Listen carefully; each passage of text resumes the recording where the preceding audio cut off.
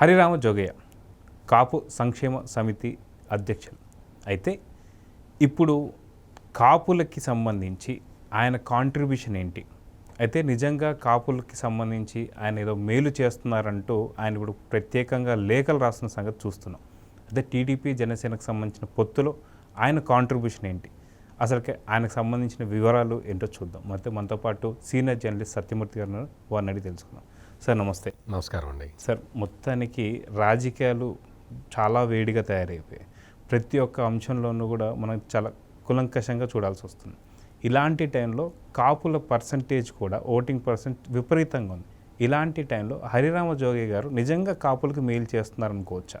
ఇప్పుడు హరిరామ జోగయ్యది ఒక విచిత్రమైన మనస్తత్వం అండి.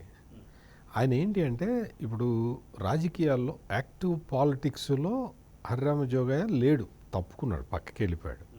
తర్వాత కాపుల సంక్షేమం కోసం ప్రయత్నం చేస్తున్నాను అని చెప్పాడు. మరి ఆయన కాపుల సంక్షేమం కోసం ఏమేం చేశాడు అంటే స్పెసిఫిక్గా చెప్పడం కష్టం. అంటే కాపు జాతికి ఆయన ఏదో మేలు చేసి ఉంటాడు. ఎందుకంటే గతంలో మంత్రిగా కూడా పనిచేశాడు, ఎంపీగా పనిచేశాడు. సో అందుకని కాపులకి ఏదైనా చేసి ఉండొచ్చు. కానీ రిమార్కబుల్గా ఇది హరిరామ జోగయ్య చేసింది కాపుల సంక్షేమం కోసం అని చెప్పడానికి లేదు. ఇప్పుడు ఏంటి అంటే, హరిరామ జోగయ్య మొదటి నుంచి కూడా పవన్ కళ్యాణ్కి ఒక అడ్వైజర్ లాగా, అంటే పవన్ కళ్యాణ్ ఎప్పుడు కూడా ఆయన్నేమి అడ్వైజర్లు అడగల, కానీ హరిరామ జోగయ్య తనకు తానుగా ఫీల్ అయ్యాడు, పవన్ కళ్యాణ్కి నేను సలహాలు ఇవ్వాలి, నేను ఇచ్చిన సలహాలని పవన్ కళ్యాణ్ ఉపయోగించుకోవాలి, నాకు రాజకీయంగా ప్రాధాన్యత ఇవ్వాలి అని హరిరామ జోగయ్య ఆశించి దానికి తగ్గట్టుగా ప్లాన్ చేసుకున్నాడు. హరిరామ జోగయ్య చాలా గుడ్ ప్లానర్. ఆయన చాలా దేన్నైనా కానీ చాలా పకడ్బందీగా ప్లాన్ చేసుకొని ఇంప్లిమెంట్ చేస్తాడు. అదేవిధంగా ఈ జనసేన తెలుగుదేశం పొత్తు విషయానికి వచ్చేసరికి మరి పవన్ కళ్యాణ్ ఆయన సలహా అడిగినట్టు ఎక్కడా లేదు. కాకపోతే ఈ పొత్తు విషయంలో హరిరామ జోగయ్య చాలాసార్లు సలహాలు ఇచ్చాడు. ఆ సలహాలు కూడా ఇప్పుడు జనరల్గా ఒక సామెత ఉంటుంది మనకి, ఏదన్నా చెడు అయితే చెవులో చెప్పు, మంచి అయితే 10 మంది ఉండంగా చెప్పు అంటారు. అది కరెక్ట్, అప్రోప్రియేట్గా ఉంటుంది. హరిరామ జోగయ్య ఏం చేశాడు అంటే, నువ్వు 80 సీట్లు అడుగు, నువ్వు 100 సీట్లు అడుగు, 2.5 సంవత్సరాలు ముఖ్యమంత్రి పదవి అడుగు, నువ్వు తక్కువ సీట్లకు ఒప్పుకోమాక, ఇట్లా లెటర్లు రాశాడు. అది పవన్ కళ్యాణ్ యాక్సెసిబుల్ పర్సనే కదా. ప్లస్ హరిరామ జోగయ్యను కూడా వెళ్ళి కలిసి వచ్చాడు, 2-3 సార్లు కలిసి వచ్చాడు. లేదు నేను కలుస్తాను అంటే పవన్ కళ్యాణ్ కూడా వద్దు అన్నాడు కదా, సీనియర్ లీడర్ వస్తాను అంటే వద్దు అన్నాడు కదా. అట్లా కలిసినప్పుడు రాజకీయ వ్యూహం ఇట్లా ఉంటే నీ భవిష్యత్తు బాగుంటుంది అని చెప్పటంలో తప్పు లేదు. పబ్లిక్గా లెటర్లు రాయటం అనేది మరి ఎందుకో నాకైతే నచ్చలే. అంటే ఎందుకు నచ్చలేదు, మీకేం సంబంధం, మీకు నచ్చకపోవటంతో అని అడగచ్చు మీరు. అంటే నేననే పాయింట్ ఏంటి అంటే, ఇప్పుడు జనసేన తెలుగుదేశం కాంబినేషను మొత్తం ఆంధ్రప్రదేశ్ రాష్ట్ర రాజకీయాల్లో ఒక సంచలనం సృష్టిస్తూ ఉన్నాయి. మొత్తం అన్ని చోట్ల కూడా జగన్ ప్రభుత్వం మీద వ్యతిరేకతతో పాటు వీళ్ళిద్దరూ కలిసి వస్తున్నారు అనే మెసేజ్ ప్రజలకి బాగా బలంగా ఉన్నది. అంటే ఏంటి, ఈ ప్రభుత్వం ఆంధ్రప్రదేశ్లో ప్రభుత్వం మారటానికి వాతావరణం ఏర్పడి ఉన్నది. అన్ని సర్వేలు కూడా అదే చెప్తూ ఉన్నాయి. ఈ జంక్చర్లో హరిరామ జోగయ్య లాంటి నాయకులు ఏం చేయాలి అంటే, మంచి సలహాలు ఇచ్చి ఈ కాంబినేషను ప్రజలకి మరింత ఉపయోగపడే విధంగా సలహాలు ఇవ్వాలి.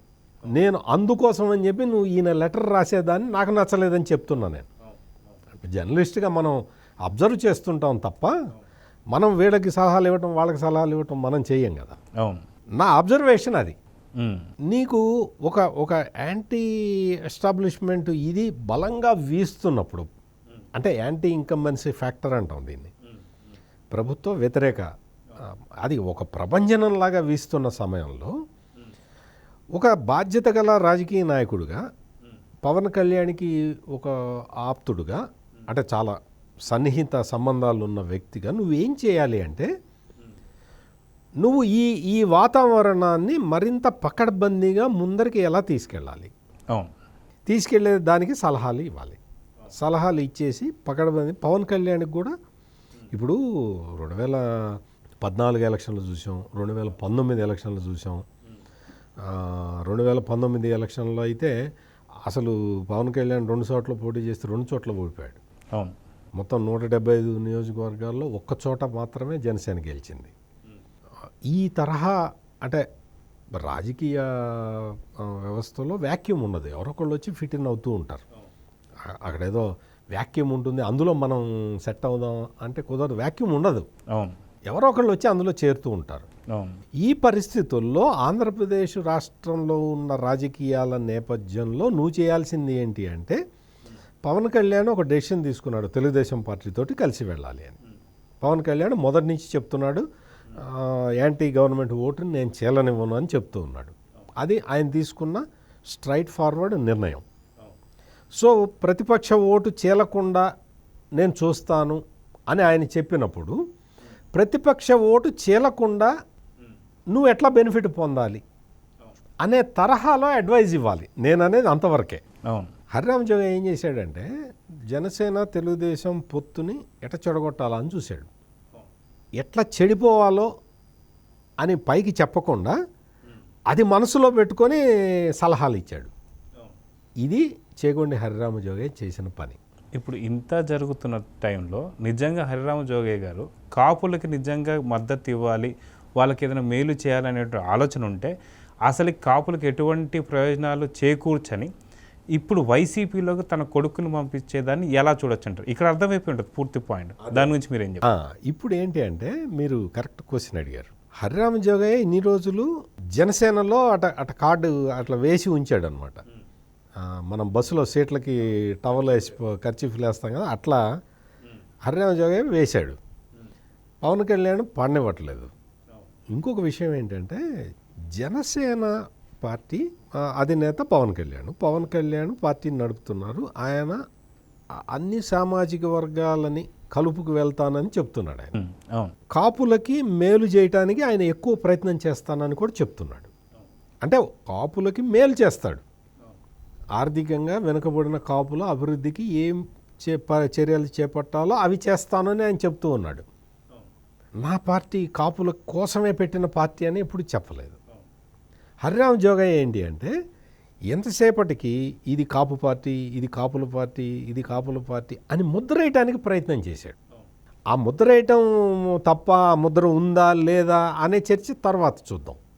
పవన్ కళ్యాణ్ ఆ పార్టీ అధ్యక్షుడు ఒక మాట చెప్తున్నప్పుడు ఆ పార్టీని ఫాలో అయ్యే వాళ్ళందరూ కూడా ఆ మాటని నమ్మాలి, విశ్వసించాలి. అంతేగాని లేదు నువ్వు చెబుతున్న తప్పు అంటే పార్టీ అధ్యక్షుడి కన్నా నువ్వు ఎక్కువ చెప్తావా? హరిరామ జోగయ్య ఈ కాంబినేషన్ని ఎట్లా చెడగొట్టాలని ప్రయత్నం చేశాడు. అది కుదరలేదు.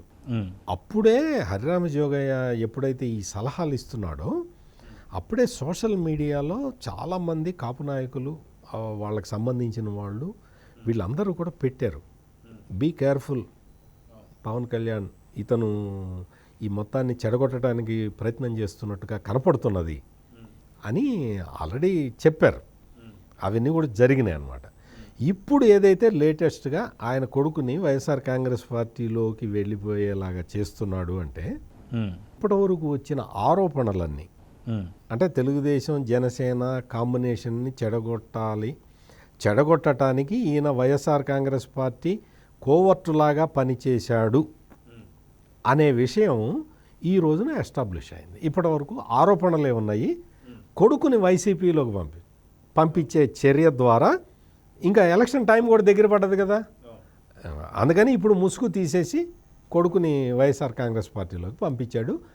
దాంతో ఈ ఒక్క నిర్ణయంతో ఇంతకాలం హరిరామ జోగయ్య ఇదంతా కూడా కోవర్టు చర్య అనేది మొత్తం ఆంధ్రప్రదేశ్లో ఉన్న కాపు జాతీయులకు అందరికీ అర్థమైపోయింది. అవును. సో మొత్తానికి హరిరామ జోగయ్యకు సంబంధించినటువంటి ఒక పూర్తి క్లారిటీ మనకు అర్థమైపోయింది. సో చూద్దాం సార్, మొత్తానికి రానున్నటువంటి రాజకీయాల్లో ఇంకా ఎలాంటి పరిణామాలు అయితే చూస్తాయో చూద్దామని. నమస్తే.